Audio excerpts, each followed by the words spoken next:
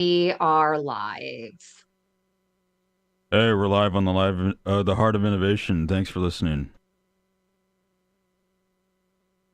Listen to all my Torah teachings for free. Join today and save 25% off the first year and get a free Pragertopia coffee mug. Go to pragertopia.com or click the banner at dennisprager.com. KDOW, Palo Alto, Bay Area's business leader at KDOW.biz. On our mobile app, tune in, iHeart, and the Odyssey app. We go where you go. AM 1220 KDOW. Sponsored by The Way to My Heart Incorporated.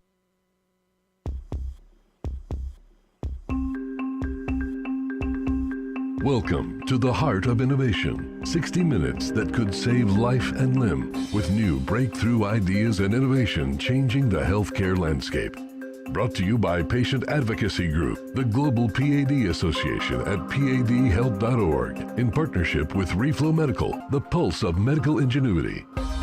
Here are your hosts for the Heart of Innovation, Emmy Award-winning journalist and founder of the Global PAD Association, Kim McNicholas, and interventional cardiologist and founder of Save My Piggies Health and Wellness, Dr. John Phillips. Hello, everyone, and welcome to the Heart of Innovation. It is a special episode because we are presenting a very special accolade through the Global PAD Impact Awards. The awards recognize excellence and innovation in peripheral artery disease care, or PAD care, and research. PAD being that poor circulation in the legs, a disease more prevalent and deadlier than most cancers combined. And we are honoring today Dr. Gaurav Sharma, who represents this year's recipient of the Walking is Therapy Research Team of the Year. The exceptional Kaiser Permanente research team in Northern California, led by Dr. Gaurav Sharma and Dr. Robert Chang, has revolutionized how we approach walking-based interventions for peripheral artery disease. While Dr. Chang couldn't join us today, we are honored to have Dr. Sharma here to discuss their groundbreaking work. This dedicated team, including Dr. Chang, Dr. Gaurav Sharma, Dr. Joy Garg, Crystal Short, Noelle Blick, and Hanan Krayem, hopefully I said that correctly, has pioneered new protocols that integrate cutting-edge technology with practical walking therapies, significantly improving outcomes for PAD patients. Their patient-centered approach focuses on creating accessible, effective walking programs with impressive adherence rates. What makes their research so transformative is how they've demonstrated that sometimes the most powerful medicine is simply putting one foot in front of the other. Their work has set new standards in preventative vascular care and provided evidence-based walking therapies that can truly not only save limbs, but change lives. And we're going to introduce Dr. Sharma in just a moment. But first, welcome to my amazing co-host, Dr. John Phillips, who knows firsthand walking is the best medicine. Hey, happy Saturday, everyone. This should be a good show.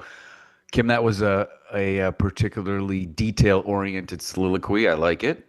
Certainly, there's a lot of meat on that bone, and I think this is going to be interesting because when we talk about innovation and why we have this show, it kind of juxtaposes technology and then practicality to then ultimately, I think, translate into something that is tangible for our patients, many of whom we tell that we say, hey, just get out there and walk. And yes, there's some protocols out there, but the devil's in the details. So I'm really kind of excited to hear what Dr. Sharma has to say and how his team at Kaiser has kind of, hopefully moved the needle for a lot of folks because, as you know, it's very difficult to get people moving sometimes, particularly those that have significant discomfort when they ambulate. So looking forward to this one. Should be a good time. How are you doing this week? We're going to get to his best motivational speech for walking in a moment, but I think we should kick things off, get things started with a moment of inspiration. Dr. John Phillips, spectacular vascular moment of inspiration. So this is a real short quote from a gentleman by the name of Robert Sweetgill. And he is a former engineer, but he walked across the country like 7 times. Okay. And so he is a walker. And just real quick, it's speculated in an average lifetime we spend 24 years sleeping, 13 years watching TV, and only 6 months exercising. So maybe we could kind of move that needle a little bit. But he is quoted as saying, and I think this is just this is lighthearted, but he said, we live in a fast-paced world. Walking slows us down. So it is important to sometimes smell the roses, but in the same vein, it's important to get up there and ambulate and move and get off the couch and maybe not sleep as much. So that's a quote from Robert Switgall. He's no longer with us, but again, walked across the country 7 times. That's pretty impressive. That's amazing. What do you have to say about that, Dr. Sharma? That's not very encouraging. 6 months in our entire lifetime walking. No wonder PAD is so that's just prevalent. Exercising. Yeah, exactly. Right. That's crazy. Mm-hmm. Yeah, absolutely. And I think that as everyone knows, a lot of the challenges is just getting started. Like you were saying before, Kim, one step at a time. But once people really get started with exercise therapy, the benefits are incredible, and the impact it has on their life and health really is life changing. And do you remember that moment where you realized that, you know what, if I could get everyone walking, I could put myself out of business. I could literally retire. I could maybe just become a motivational coach for walking. This is great. Yeah, I think a lot of us are, so as surgeons, when a lot of our impactful cases really happen during training. And I remember one patient that I was taking care of, and he was really at the tail end of the journey with PAD, where we were fighting to save his limb. And when I went back through the chart and looked back at his long history, I realized that it had all started. He had been told to do a walking program, but at that time in the health system he was in, there was no real structure to the exercise therapy program. And so he had tried on his own. And anybody who has ever made a New Year's resolution to go to the gym knows it is a challenge to get up and do a self-directed program. You can get a trainer and have a little bit of assistance, but there are still barriers to getting to the gym itself. And then unfortunately, this gentleman, that had led to intervention after intervention, and we were really fighting to save his limb at that point. And I couldn't help but think if healthcare had done better for him, if we had had a better program for him to have a structured supervised exercise therapy program, would that have made a difference for him, and would he be in that position? And Gaurav, you make a good point in the sense that we have to get in front of these people sooner than when they have their claudication. And I'd be interested to know, does Kaiser have, and maybe you'll get into this, I mean, do they have a preventative arm or a preventative program to kind of get in front of folks in their 20s and 30s? Because we all know we start laying plaque down in our 20s. We certainly, based on the data there, don't exercise enough. Like what is the I guess what is your kind of role in getting to motivating folks early and preventative? Yeah, no, you're absolutely right, John.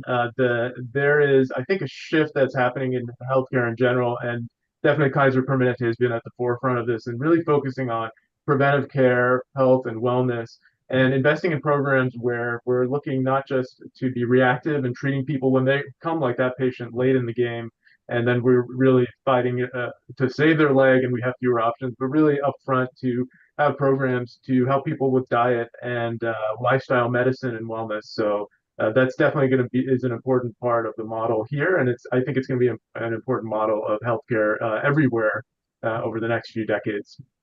And coming up right here on the Heart of Innovation, I want to dig a little deeper into that because I was a Kaiser member, very lucky from a very young age.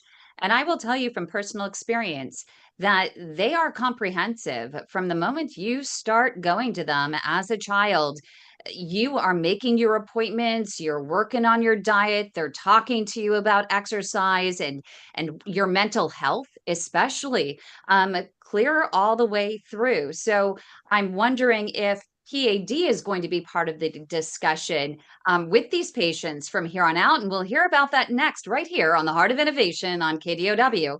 So don't go away.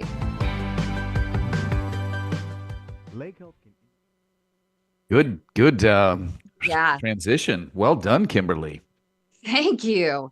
Yeah, I would love to, sit down and be with you and help sit down with the team and help, you know, create a groundbreaking program for youth, because I just found out that Mounjaro has new research that works for kids.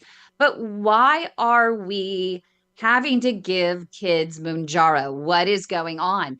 But I know from Kaiser, and I didn't think about it till you were talking about it. All the conversations started coming to my mind that I had had the comprehensive conversations with my primary care at Kaiser about all of this stuff. Well, so I guess my question in the next segment, does it help if the audience, so there are folks listening that probably don't know what Kaiser Permanente, I mean, it's a health system, right? Can we spend a HMO. minute, or what is it, an HMO?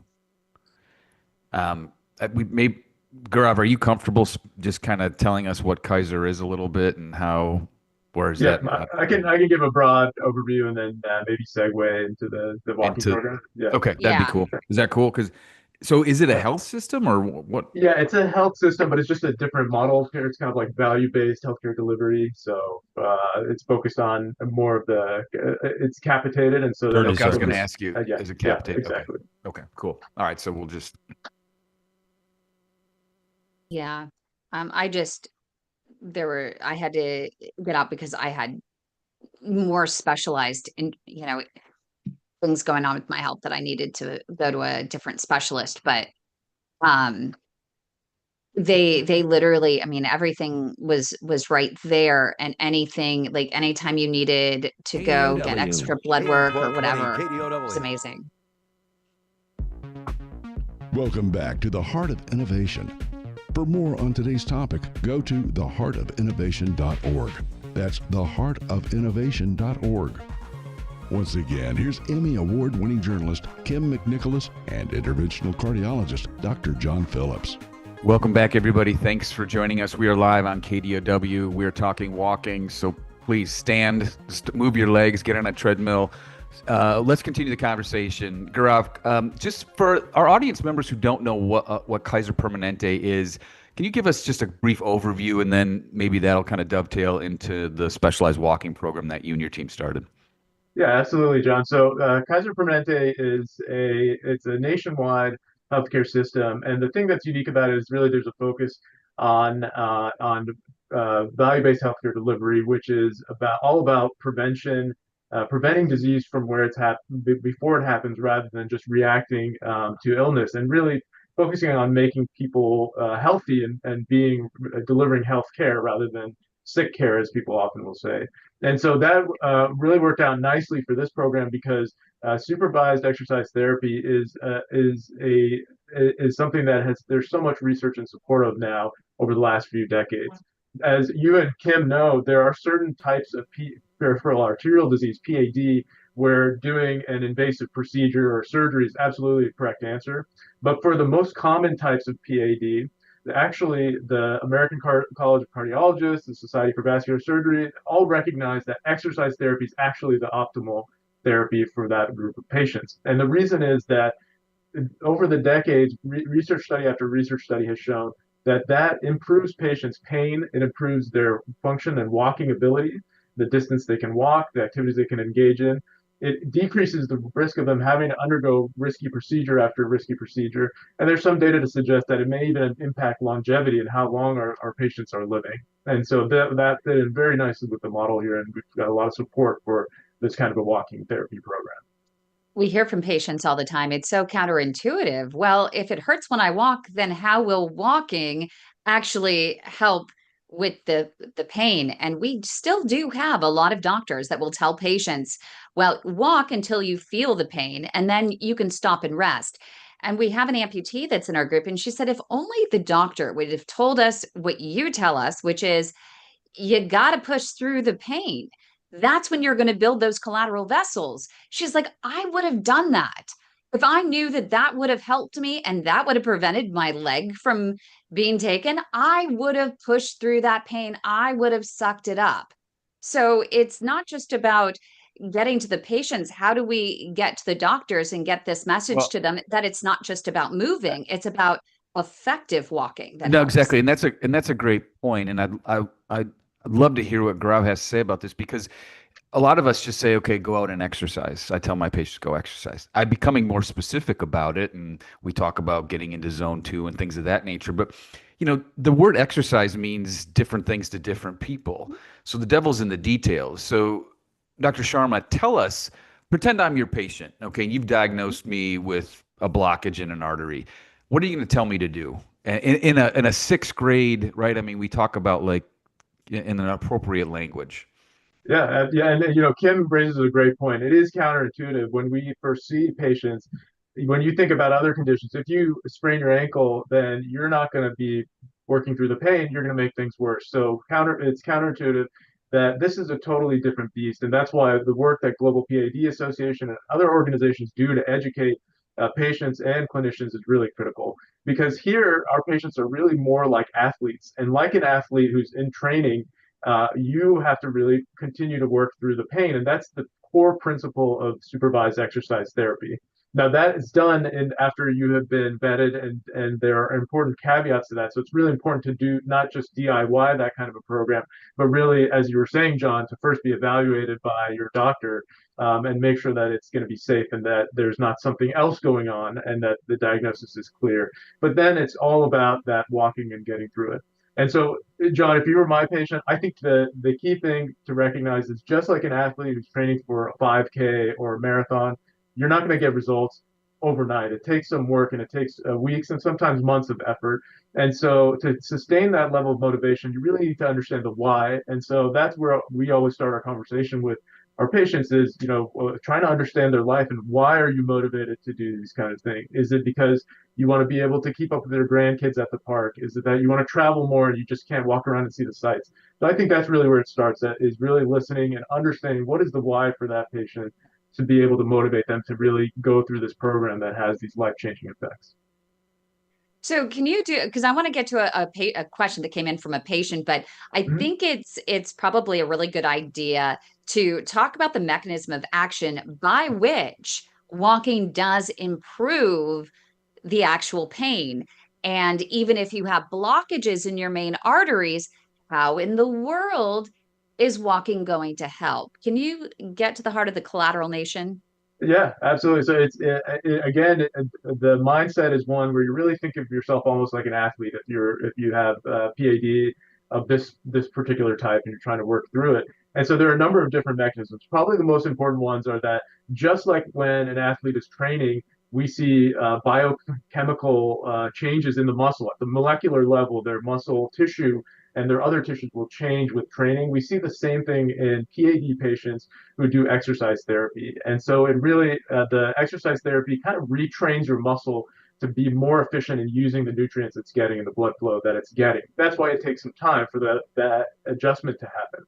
In addition, the other thing it does that's really important is that it can stimulate the progenitor stem cells that actually repair and rebuild those blood vessels that have been damaged or block up and build, as you were saying, Kim, those kind of detour routes. The main highway's blocked up, so your body can build the detour roads, but it takes a little bit of time to do that. So if I am, let's say I've got a blocked artery, I come to you and say, geez, Dr. Sharma, I can walk about through the grocery store and my calf starts to hurt me. So then I got a treadmill. I'm trying to get into this. What should I start at? How, and then how to walk me, pun intended, walk me through the process. I'm good. Walk me through the process to like get up to where I should be in a couple weeks, months, etc. Right. And so the classic way the program has been described is that it's a minimum of kind of 12 weeks long. And during the week, we want people to do at least 3 or more sessions of 30 to 60 minutes of walking. And you walk until you feel pain, and then walk a few minutes further, and then you stop and rest, and then you continue on in that way.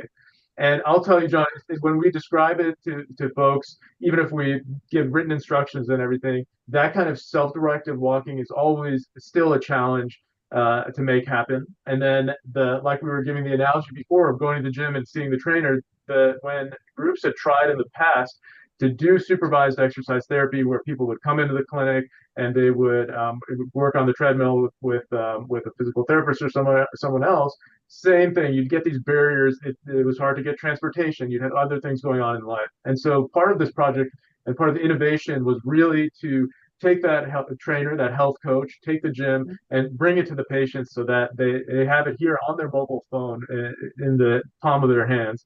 And they could really integrate it seamlessly into their busy day-to-day lives. And then our program extended on that as well with continued virtual health coaches so that we can have a more sustained effect over time and really build on those initial gains from the exercise therapy.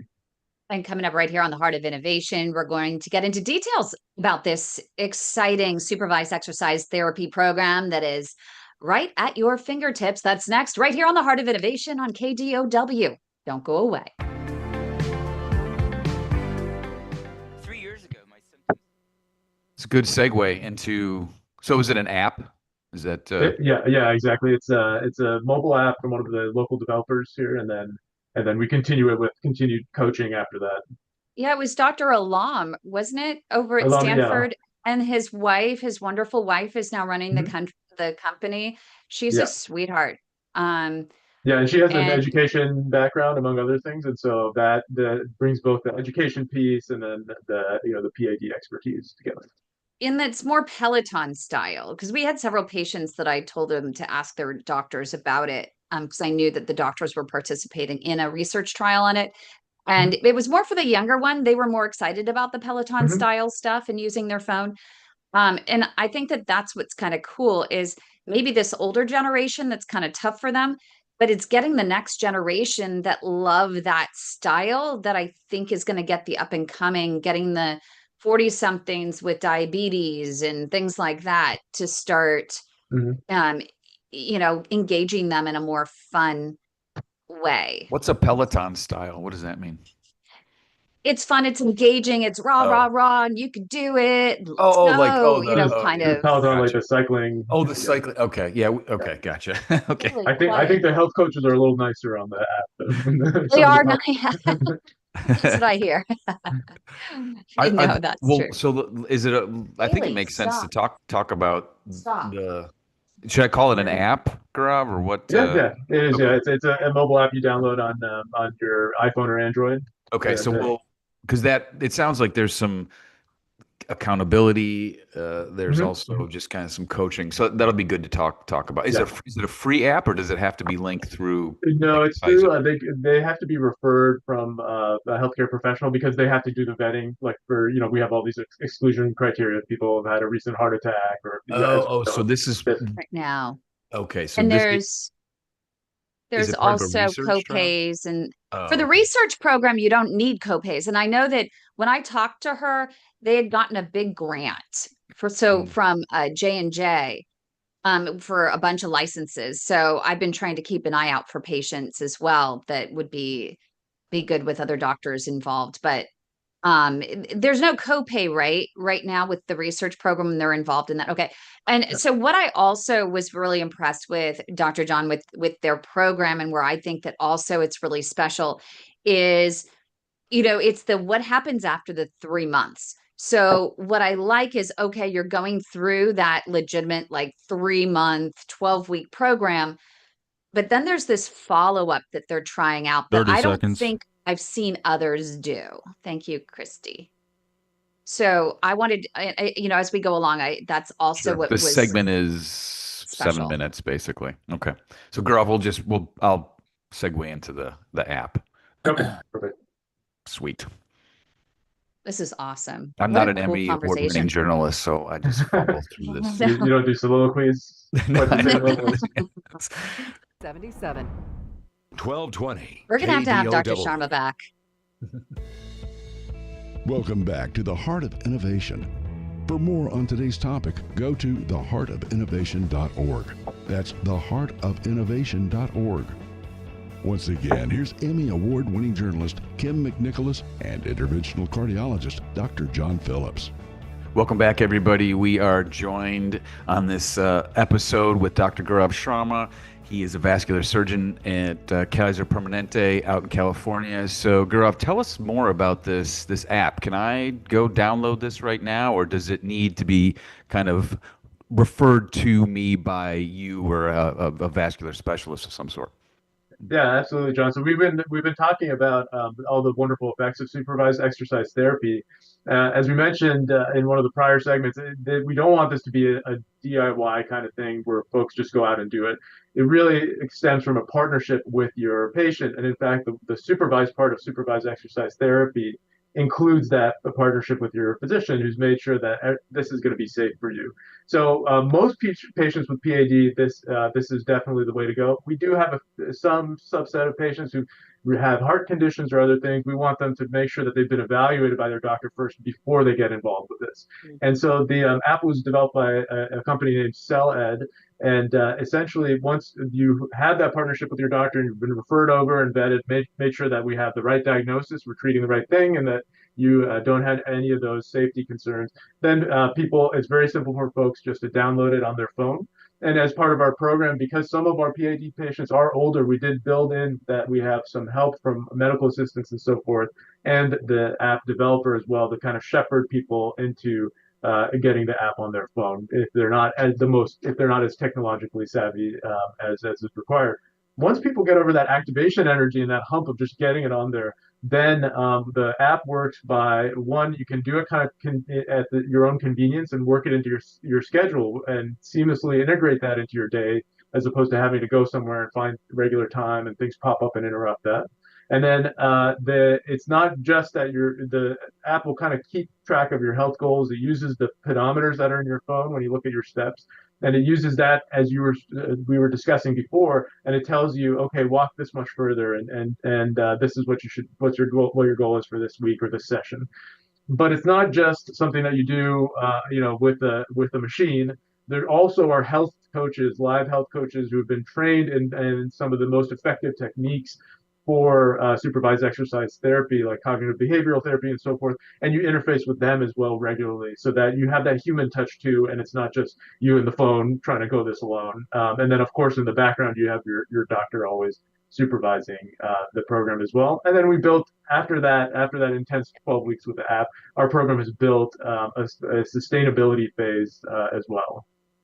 Yeah, talk about that sustainability phase, because the one thing, I mean, when it comes to, for example, cardiotherapy, the studies show that more than 50% never even finish a cardiotherapy program, and then it's not even measurable. There's so few people that adhere to what they learned in the 12-week cardiotherapy program that it's like, okay, what did we do this for? And what I really liked about your program that I think is so unique is there is follow-up afterwards. So talk about this follow-up.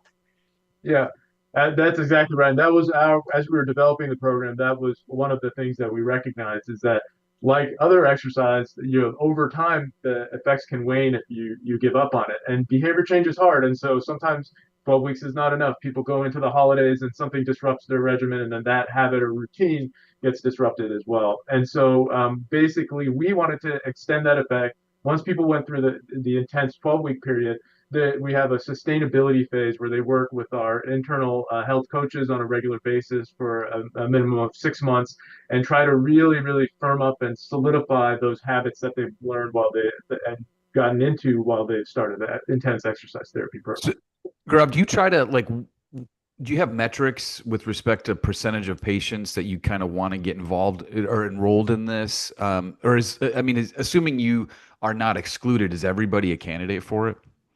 So basically, the way we've developed for this, this is a research pilot, and so the way we developed it was that as the folks would meet with their local primary care physicians, if they were concerned that there was PAD or claudication going on, then they would be evaluated by the local vascular surgeon. Now, this is important for a couple of reasons. One reason is that we obviously want the safety concern we talked about before. We want to make sure people don't have any conditions where maybe exercise therapy is not the right thing for them.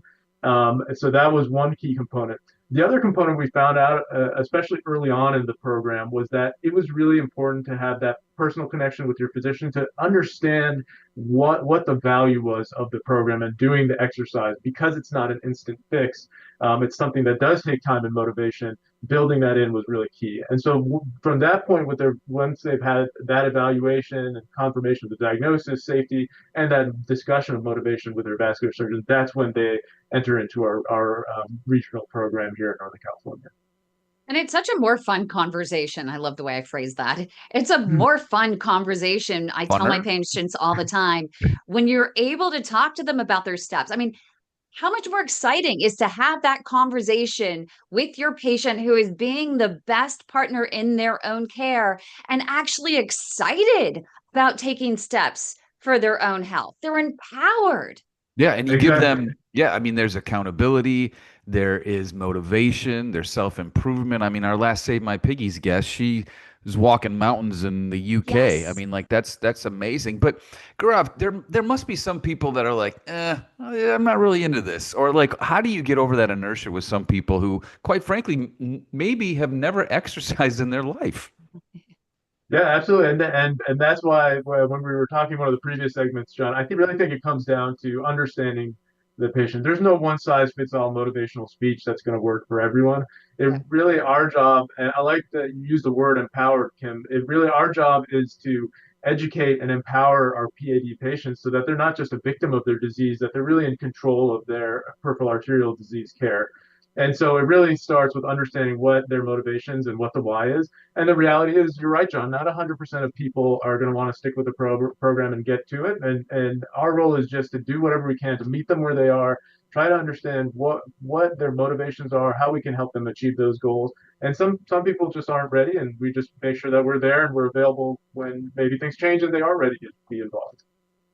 And our viewers are actually, and listeners are loving this conversation. It's generating quite the conversation online with Rob saying, walk until you feel the pain, then go for another 15 minutes. That must be music to your ears, Dr. Sharma. He says, 8 years post after a full graft replacement. They only gave me 5, but it's 8 years now. Walking is medicine. With Maria chiming in, exactly. Stop and rest, try again. And she says that the guided clinical support really helps. But coming up next, right here on the Heart of Innovation on KDOW, we're going to have more comments from our viewers and listeners, as well as a few questions that are coming in. So stay with us. Don't go away.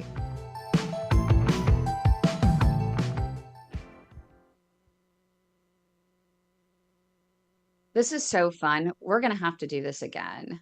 Dr. Sharma, you're not going to go away. Sorry, you're going to get roped in. I mean, I think this is great because our listeners, and myself included, they want to hear, okay, that gets granular for them. And it also, I think, just kind of reinforces what we continue to say about exercise. Yeah. Is there any, and we don't necessarily need to do this on the air, but I'm curious, is there any, so you mentioned Kaiser, it's capitated care, right? So like, is there a benefit, aside from the health benefit, right? Is there a financial benefit to anyone with respect to, we're going to get you enrolled in this, down the road we might, or we hope to prevent some type of, the acceleration of this disease that could lead to X, Y, and Z? Like, does that play a role at all?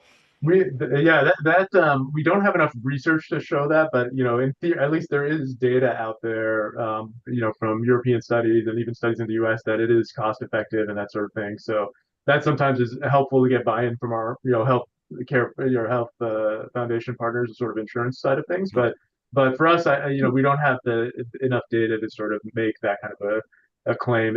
I think it's just worked out here because it's just aligned with the view that we should be preventive care. It's the right and you thing see to that do. in some other, healthcare systems where you're treating the patient for their whole lifetime, ideally, where then you do invest in those kind of screening and preventive care as well. So I think that's sort of the model is that this is going to give you wellness and where we don't have the compensation model funded on just doing procedures and getting paid for that. Any like, is there thoughts to take it? Well, I guess do you work in concert with a dietitian or changing people's diets or things like that? I mean, is this a global approach, or right now is it just kind of? It's a great idea though. So there are some of those linkages in some of the other programs on the health education side to get people referred to dietitians or physical therapists and so forth. But we don't. This is a newer program. We just launched about 17 months ago, so we don't have that. We haven't built those bridges quite yet. That's cool. Okay, cool. Yeah. No, That's one of the things actually for our patients that we struggle with, that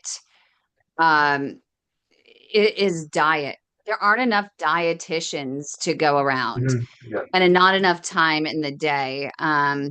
We have a dietitian that a doctor actually of diabetes reversal. He specializes in it, that he's available every single Monday for 30 minutes to help patients better understand what they need to do on a daily basis with their diet. They have general questions, and we don't give any medical advice. It's not what we do. We just help steer them to the evidence-based information and help them to get the right questions to ask their doctor, and to get the right referrals to the dietitians, things like that, and help them prepare for those appointments so they can maximize the time.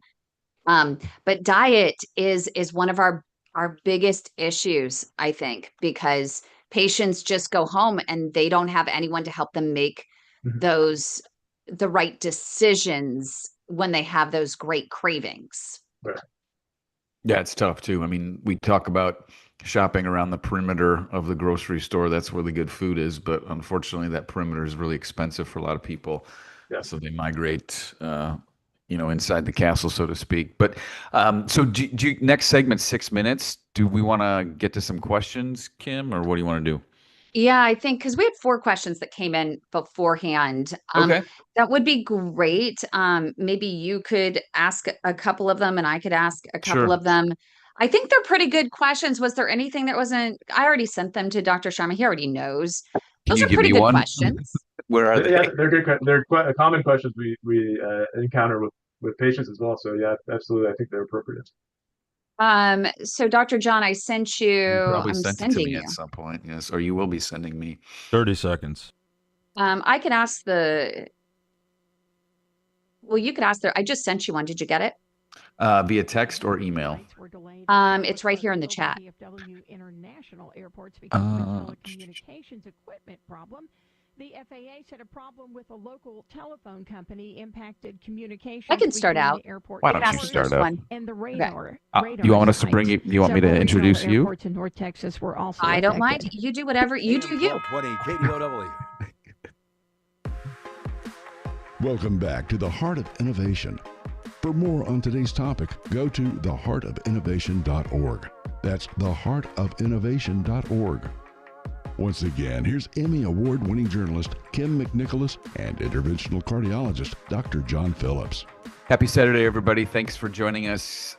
Miss Kim, why don't we get to some of the questions that are coming in, because they're hot and heavy, and I think Dr. Sharma can help out our listeners here. And they're pretty detailed. This first one, can we think about the collateral vessel network, which helps bypass our arteries, as the same network that grows to feed our muscles when we lift weights? We need more vessels, you would think, to fuel bigger muscles. I think you mentioned that earlier, Dr. Sharma. So then he says, if that's the case, then I love, he says, Kim is right, that one more step through claudication is like one more rep in the gym when you feel like you just can't push the leg press another time, and you push through that burning and that fatigue to get that one more rep. Yes, Kim is right. So basically, what we were talking about before, this is a different mindset than other conditions. We've given the example before. If you sprain your ankle, then you're not supposed to work through that pain. You'll make things worse. But when it comes to this type of PAD, then that's actually a different mindset. You are like an athlete training. And so when you do that, when you do the walking therapy, you're stimulating these changes in the muscle and other tissues of the leg that make the muscle more efficient at using the energy it's getting. And as we talked about before, you're also sending the signal to your body that increases those progenitor stem cells that are there to rebuild and repair the blood vessels that have been blocked up. And we also have one coming. Oh, yeah. No, I was just looking at this is great, Kim. We've got a lot from the YouTube comments. A comment about this kind of gives patients agency in their health and the motivational coaching. Do you Gaurav, do you find that? Well, I guess let me ask you this: what do you think the appropriate number of kind of check-ins is with the patient per week or day, or what does that look like? Yeah, and so that's one of the challenges with healthcare. As John knows, as a cardiologist, we're running around as vascular surgeons, and doing procedures and in the clinic and on call and elsewhere.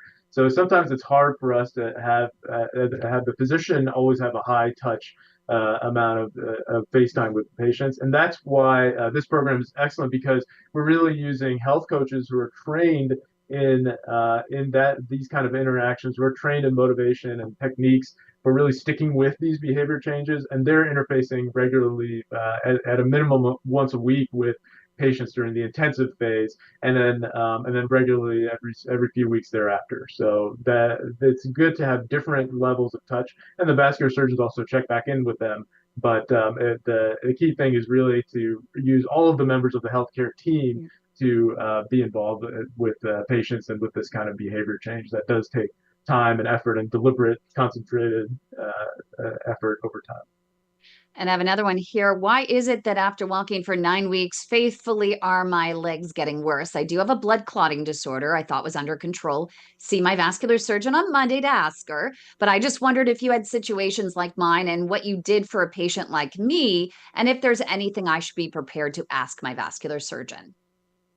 Yeah, absolutely. It's a great question, and we were talking before that we don't want you to be going it on your own and struggling through things. And the partnership with your doctor is really key, because especially if you have a blood clotting disorder, there could be something more to the story than just a chronic blockage from PAD going on here.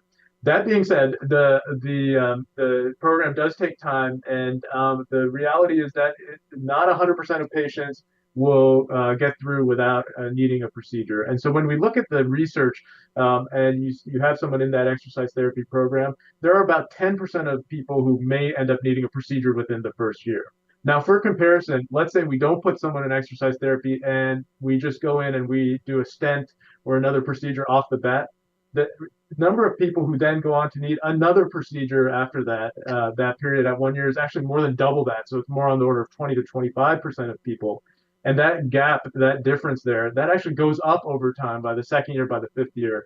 And so the supervised exercise therapy program is really important, a component of the care for that reason, is that if we just go in and do the stenting, you might feel good for a short period of time, but 6 months and a year go by, and all of a sudden we're doing more and more procedures here. So, Gaurav, are you guys pretty aggressive? Now, can a patient be a part of this if they've had a procedure, stent, or bypass? Yeah, absolutely. Yeah. Okay, Oh, so we do. And there's some research to show that the outcomes and the durability of if somebody has had a procedure actually are better with exercise therapy. And I'll say, there are some types of PAD where the right answer is to go in and be aggressive with procedures. If someone has wounds or ulcers on their feet, or they're having unrelenting pain at night. And so we are very aggressive about doing procedures for those conditions, because that's a completely different beast, and the risk of amputation without procedures is very high. But because we've said that, I always tell patients, once we cross this Rubicon for a procedure, you're going to have another one, and so let's try to avoid it. And the walking program is fantastic.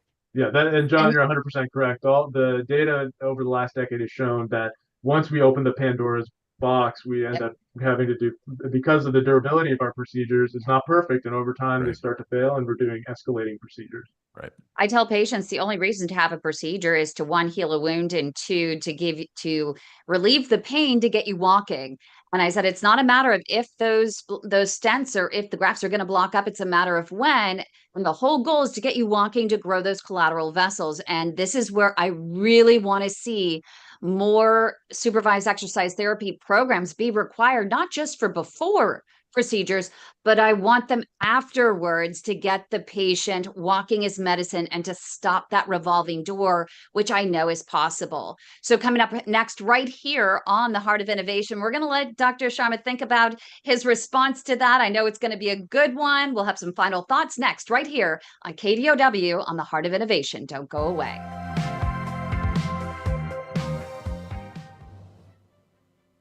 Don't you love how I just kind of light that up and then I don't let you respond? That's called a tease, right? That's that's a tease, right? Okay. I would like to, Gaurav, if you could give us, for those of us who don't have the app but are trying to kind of get patients to buy into this, like, I don't know, what your recommendations would be for somebody in rural America to try to get a patient to, do this, and, what the cadence should be and things along those lines. But I think this segment's only 4 minutes, so it goes by pretty quickly. Okay. Sounds good. Yep. What was your question for him? Oh, no, I literally, Oh, yeah. I'm so tired of, because I know there are organizations, they're all starting to prevention and all walking. But the problem is, I mean, we have our Leg Saver hotline. I'm going to tell you that when we're getting 6 to 12 calls per day, and the majority of them are people in CLI, and we're getting them to expedited care to heal a wound. My frustration is stopping the revolving door to say, okay, you're getting your artery open, get off your butt. We need a program. Stop just doing the plumbing. Let's get the patient referred to a dietitian. Let's get them into a rehab program. Let's get them, just make the referral to PT to help them with their gait. Let's start somewhere. Because I don't want to see these patients going back in, but it's very frustrating when I see them just sitting there. They're like, oh, I'm recovering, I'm fine, they fixed the problem. I'm like, no, they put a Band-Aid on it. You need to move your toes. Let's do the yoga toes. Let's do some pad 100 and flex and point and move your feet. I don't care if you're just sitting, pick up a towel with your toes, do something. So in our network, that's kind of what we're doing all the time, but there's nothing formal. I just wrote a paper. I wrote a journal article for Canada Wound Care that is exactly this plea, in a sense, for aftercare, especially for these patients that are in CLI with a wound. What is the program to improve these patients' circulation while they are sitting and they can't walk? Yeah. What are the protocols? And no one has them, or they might be out there somewhere, but no one's following them. So I'm curious, even from your standpoint, Dr. Sharma, you must see that as an issue. Yeah, and it's interesting because I think you had mentioned one of the patients had sent in a question about arthritis or some other condition, and so we actually know that there are, even though walking has the best support in the literature and has been researched the most thoroughly, there are other activities actually have a global impact on the body. So those can actually improve things like walking distance. And 30 seconds. All right. Final segment is, so this will, once the music hits, just start with the just our cliffhanger. The post care, like, we got to get people moving afterwards, and then final thoughts. I might not say very much this segment. Hard to believe, Dr. Sharma, but there's only 3 minutes, and 1220 KDOW. We'll let you guys kind of carry it out. Welcome back to the Heart of Innovation. For more on today's topic, go to theheartofinnovation.org. That's theheartofinnovation.org. Once again, here's Emmy Award-winning journalist Kim McNicholas and interventional cardiologist Dr. John Phillips. All right, everybody, we are in the fourth quarter, 2-minute warning here. So final segment. Gaurav, post care for an intervention. We kind of were talking about this prior to going to break. Talk about what your thoughts are, and also just for those of us that don't have this app but want to kind of get people to buy into it, how would you suggest we formulate some type of plan for these patients, and knowing that we don't have an app or the virtual health coach or things like that? Yeah, absolutely. So in terms of post-intervention care, for example, in our research project, we are accepting folks who've already had a procedure done in the past, because there is some emerging data that's showing that there's, even in people who've gone through procedures, and we know those can have limited durability, some of that durability can actually be extended, and their functional outcomes, how much they can walk and exercise, can be improved by still participating in exercise therapy afterwards. And so getting a stent or bypass is not the end of the story. Continuing to exercise is important as well. And then in terms of your second question, John, for this is always a challenge, is access. How do we get access to this kind of care? And so there are definitely there are resources online from the Society of Vascular Surgery at yourvascularhealth.org and other sites that can talk about a walking program. But I think a lot of it comes down to or charitable organizations like Global PAD Association and others really helping to drive that access. For example, one of our one of funding organizations, they are sponsoring a program in rural California to look at these kind of issues. So I think it really comes down to fill while healthcare still has these gaps. It comes down to charitable organizations and other to be kind of the tip of the spear of getting things to those underserved populations. So 2 minutes left. There's 230 million people worldwide that have PAD. 5 years from now, do you envision an app like this being mainstream for those patients, or is this, do you think, just going to have a research type niche? Well, I think the time frame is always a question, and Sure. It's so dependent on things like politics and what our healthcare policy looks like and so on. But I think it's pretty clear that there is value to the exercise therapy. And what we're seeing is that it's also, we're focused on PAD here, but it's not just about PAD. These kind of exercise therapy programs have been shown to have an immense impact on cancer care, not just people going through cancer surgery as prehab and rehab afterwards, but even if patients are just not getting any surgery and they're going through chemotherapy, we see it having an impact in some of our other areas of vascular care before aneurysm surgery. We see it in orthopedic conditions, thoracic surgical conditions, and so on. So I think we're learning as a field that there probably is a much bigger application for exercise therapy than we really appreciated historically. Yeah, I mean, exercising makes you live longer.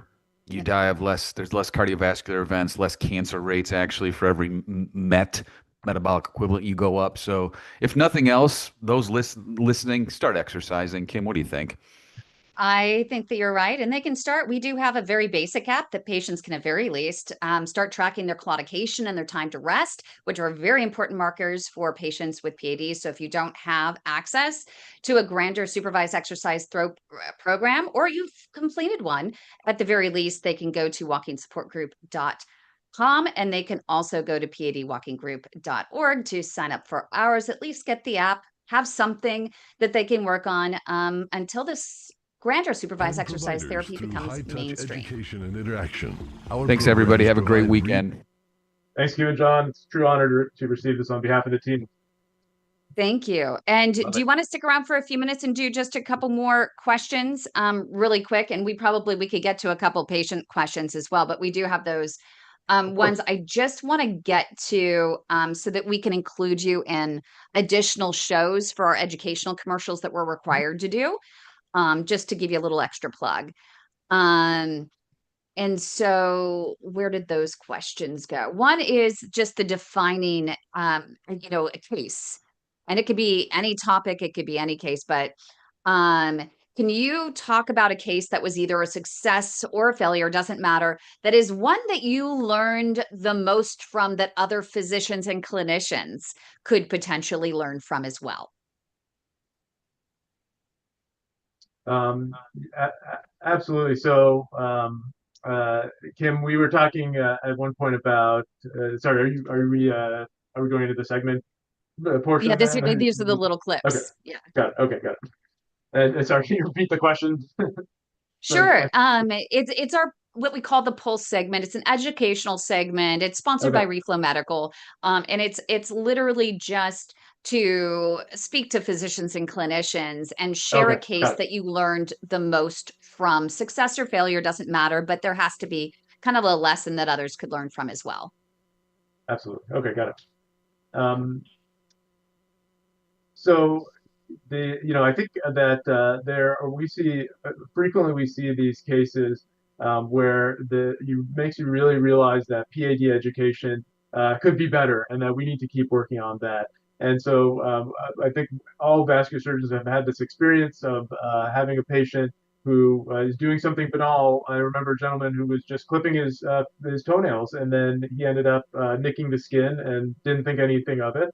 And he developed an ulcer there, and it just didn't get better. But it's just a thing on his toe. Didn't even think about it. And then he didn't seek any attention for it until it was a limb and life-threatening infection. And so that's why I think that the work of organizations like Global PAD Association and others that really work to educate everyone from the patients themselves as well as any clinicians who might have interacted with these patients and thought nothing of it, that PAD is really something we have to have on our radar and always be suspicious of in patients who have these kind of seemingly benign issues going on. Yeah, you kind of bring up a really good point there. We have one of the last question usually I ask is patients want to know something that they could learn a little something from. And we had Dr. David Armstrong on the other day. Dr. Phillips, you won't believe this one, but I'm sure you guys have all dealt with. But his example for this one was like there was a case that patients could learn from. Like it's shit patients do, shit patients say is kind of the way it was pitched to me by a patient, that they wanted this to be included in our set of questions for every awardee. And one of the answers from Dr. David Armstrong was a dog literally ate my toe. My dog ate my toe. Like, keep your dogs, if you have neuropathy, away from your feet. Keep your socks on.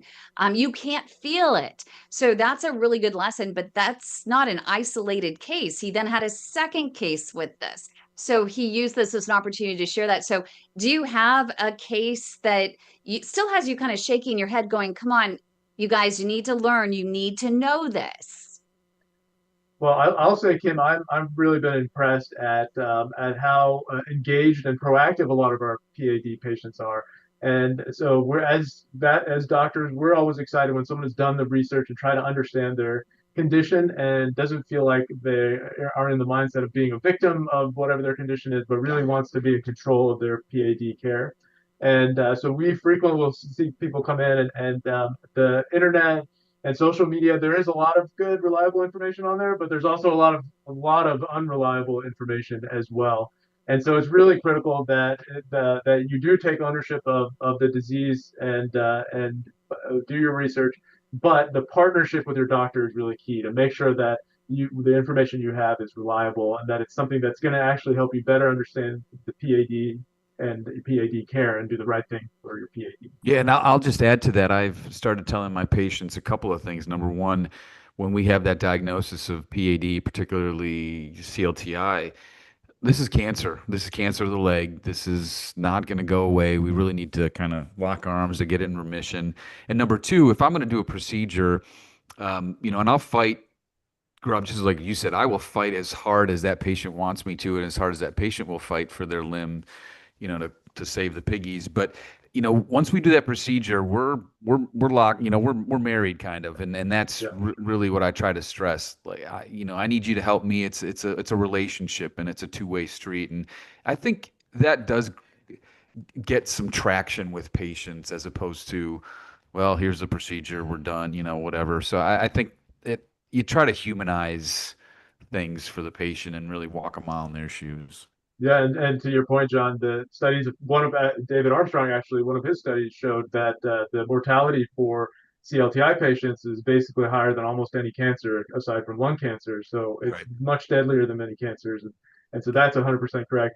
And you're right, like we've been talking about, once we open that Pandora's box of procedures, which sometimes is absolutely necessary and we have to do it, then it's not like other types of surgery where your hernia is fixed and we're done and you're good to go. It's something where they really require longitudinal follow-up and need to have that relationship with their cardiologist or vascular surgeon. Since we have two incredible, brilliant minds, and we've gone this direction with this conversation and completely went down a really good rabbit hole here, I just had a discussion with a patient out of Michigan today that he was an attorney. He ended up in CLTI, both legs, hypercoagulable, bad situation, diagnosed really late, but acute on both. He ended up, I thought he was still an attorney. He told me this morning that he retired because there was an article online that said he would be dead in 5 years and he wanted to be there for his kids. And I hear this from patients all the time. The first thing that they read when they go home in Dr. Google is from, and I'm going to call it out because it is what it is, USA Vascular, a chain of OBLs that wanted to raise their search optimization, did a great job paying for marketing. So they have the ownership of the search. And it says basically you get diagnosed with PAD, you will be dead in 5 years. I would love for each of you to address this because that is the number one most asked question that I get. John?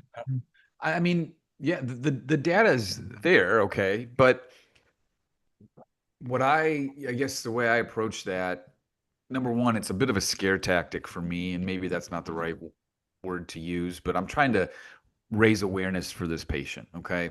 Because I think there are some, like the atomic habits theory, there are some small things that they can do now that hopefully can help their longevity. And it's tobacco cessation, okay? It's getting their blood glucose levels under better control.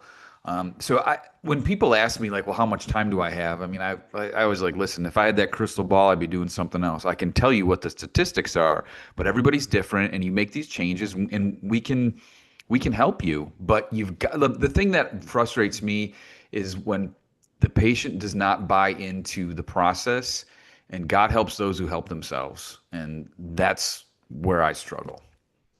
Yeah, and I agree with everything that John has said, and I think in cardiovascular disease in general, the details really matter, and so that's why the thinking of claudication patients and CLTI patients, it's really two different beasts, and understanding that the CLTI patients, that is a much more dire situation where they have really high rates of having an amputation in the next 6 months to a year, and a very high chance of having other cardiovascular issues like heart attacks and so forth. Versus our claudication patients, they have a lower chance of having an amputation, but their chance of having a stroke or a heart attack is very high. And so these kind of programs, like the exercise therapy program, they impact everything, your cardiovascular health overall, and we see that people have lower events. And as John has said before, that sometimes people's lives actually are longer because of programs like this. Sure. And I do mention, because there is a serious, I think it's irresponsible to put out articles like that are literally search optimized for patients, because it really, the patients, the first thing they'll say to me, well, why should I care? Why should I put in the work if I'm going to be dead anyway? So I would rather, there's so much that patients can do. I would rather that article about an organization like yours and the walking is medicine, I would rather that information be search optimized and be the first thing that patients read, which is why, one of the things that we do is we try to work with doctors and clinicians to have a grander, and provide them with the tools to have the grander conversation with their patients, to give them hope. And if they don't have time to do it, to send them to us, and we'll spend the time to end up educating the patients with the information that they would have wanted to provide to the patient if they only had more time. So that's just why I ended up, mentioning it, and I mentioned the name. I would rather names like yours and John's, be out there with what you're doing. And this is why we want to raise it up and search optimize these. But just a couple more questions so you can get on. But this is such an amazing conversation. Again, we'll have to have you back, Dr. Sharma, especially since this is your market. This is the San Francisco Bay Area, although we are streaming online now globally to our network of 12,000 patients. What was the defining moment in your career, what we call the 6 minutes that matter, the key conversation that you had, something you may have read, a documentary you watched that really truly was a catalyst for change in your career, driving you to where you are today? What was that defining moment for you that stands out? Yeah, Kim, I think a lot of us as surgeons, that defining moment comes during our training in those formative years. And I can remember very well a case of someone who had PAD, but really their issue that day was an aneurysm that had ruptured. And the care of that patient was both a very human story of meeting the patient and his whole family, as well as the story of the healthcare innovations that we have, and we're so lucky to all benefit from. We were able to get him to the operating room, and using a combination of minimally invasive techniques and cutting edge technology, and pairing that with kind of tried and true surgery, we were able to get him through. It was a very challenging recovery, but he walked out of the hospital. And that's what really drew me to vascular surgery, which wasn't necessarily on my radar in medical school, is that you really have this opportunity. Vascular disease conditions, whether they're blockages in the carotid artery or aneurysms or PAD, they have such a profound effect on patients' lives, and they are conditions that need to be cared for longitudinally over time. So you build those relationships with your patients, and then you really have to have an understanding of the entire body and anatomy. We're operating everywhere, and all the different techniques and different tools that are in your toolkit. There's a saying that if you're all you have is a hammer, then the whole world's a nail. No, we want to have the whole toolkit of the of old-fashioned surgery, but also minimally invasive techniques. And then in cases, for example, of exercise therapy, times when actually not doing an invasive procedure is the best thing, and being able to deploy those kind of techniques as well. And the final of those questions, then we just have two more just from the patients that we didn't get to really quick, if you don't mind. Of course. I want to hear that one story that makes you smile when you think of a patient that was the best partner in their care. We had Dr. Vincent Rowe down from UCLA, and he had this patient. He said this patient kept him up at night because thinking about this poor woman needing an amputation, and he had to tell her that she needed this amputation. And he said, but if you can do anything, go home and do it to prevent this from happening. And she got into grounding, and grounding or earthing really worked for her. And she swears by it.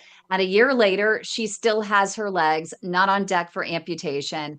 And it was just an amazing story that he says it still makes him smile today. So what is that one case? Tell us about that one patient. I remember very well. She's still our patient who had just retired, and she was so excited to be spending time with her grandkids and also traveling with her husband finally after they both had long careers. And she was somebody who had PAD, and her claudication had gotten worse.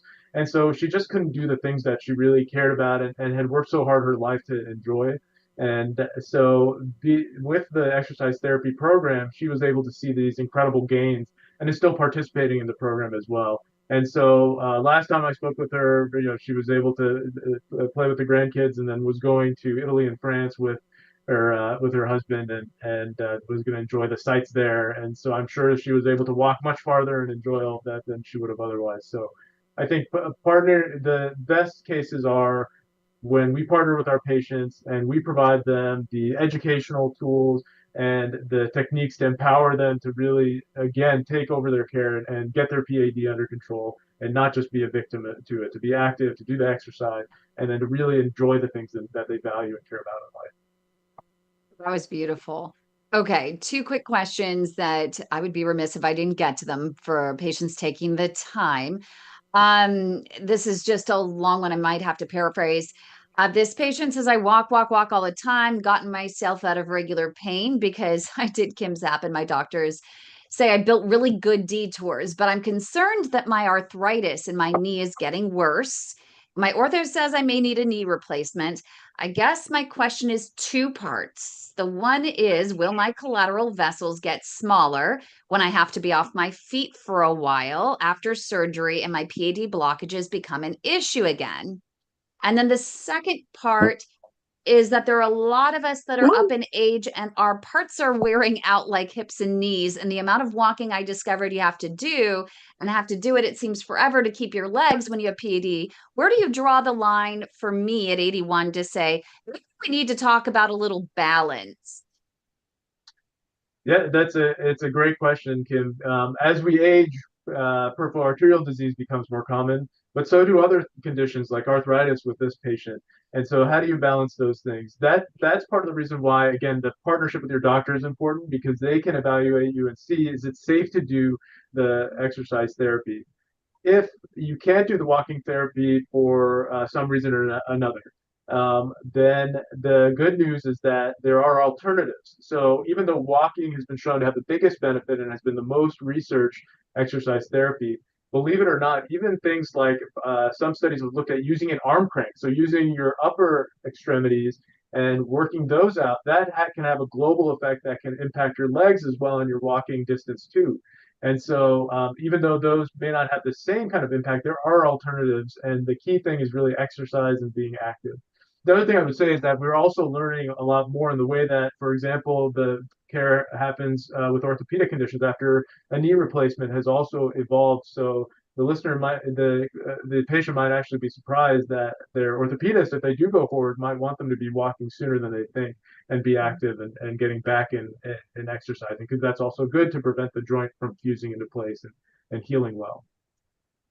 And we always get asked about swimming. And what we always tell patients is, from what I've learned from the evidence, and our doctors of physiotherapy tell our patients and tell us, is that you can do anything as long as it stimulates the claudication. If you want to improve PAD in particular and improve your walking distance, one thing to improve circulation, but another thing to improve walking distance is what they say. Curious your thought, but they say that you have to do something that triggers the claudication to walk through it. And then your indication as to whether that's working for you is if your quality of life is improved, if you're able to walk the supermarket like you want, if you're able to do the activities you want. If not, you got to get out and walk.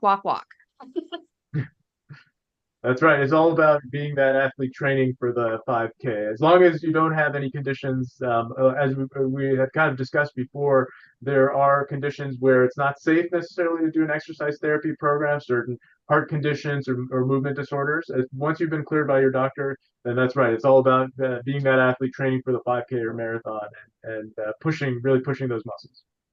One more question. Are there any areas where there are blockages that you have found that walking does not help as much, and maybe you would try doing a procedure sooner? One of the vascular surgeons mentioned that the aorta and iliacs, they tend to treat sooner versus later. Yeah, it's a great question. And so if you think of the blood flow like a river going down to the legs from the heart, if you're further upstream, sometimes it can be a little bit more difficult to get the full results from exercise therapy.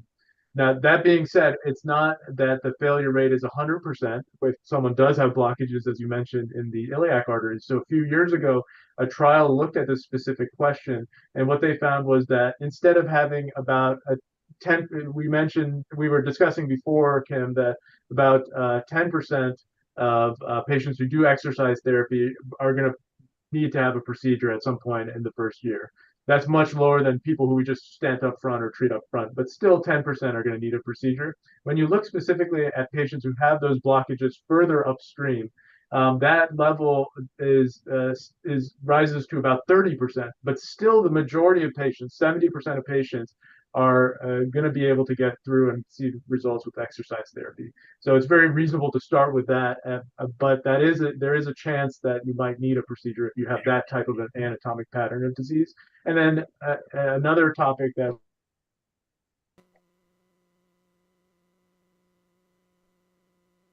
Whoops, I think we froze. Is it just me? Oh no, we lost Dr. Sharma. Well, I might as well, if he has frozen, we don't know how long this will last, but we really appreciate everybody. Dr. Sharma for being here, representing this year's recipient of the Walking as Therapy Research Team of the Year. Congratulations to Kaiser Permanente of Northern California, Dr. Sharma and his entire team.